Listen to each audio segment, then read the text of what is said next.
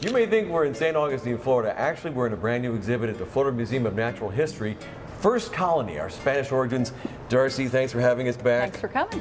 What's the origin of First Colony, our Spanish origins? We, the museum, have been excavating over in St. Augustine and throughout Spanish Florida for many, many years. And we really wanted to bring this story to the public. St. Augustine was founded long before Jamestown or the Pilgrims. That's right. And our first Thanksgiving was held in St. Augustine. Oh, that's important. It was 1565. The first Thanksgiving actually was quite different than the one we think we know about in the 1700s. That's right. It did take place with Native Americans and Europeans, but the foods were very different, and of course it was a lot earlier. And I really enjoyed the interactive elements of the exhibit. There are a couple threads that go throughout the exhibit. One is the real people of history who lived in the community, the Native American people, the Europeans, Caribbean people, African people, really our country's first melting pot. And then there's the thread of archaeology. So how do we know all of this from the past through history and archaeology? And one of my favorite things is the archaeology touch table, where you can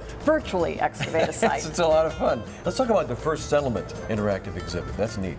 Yeah, we worked with some gamers on this, and you can actually fly into the settlement as we think it may have looked based on the archaeological information. That's awesome. And talk to some of the residents who lived there. And also you can build a city, the city planner table? What's that? Right, there were laws in the Spanish colonies as to how you would plan a town. So you would always have a plaza, streets here, church here, government house there. It takes you through that process of building a town. The final area of the exhibit is all about reflecting back on our Spanish origins, because really, if you think about it today, our society is so multicultural, so global, that really it has a lot of relationship to what happened in that first colony.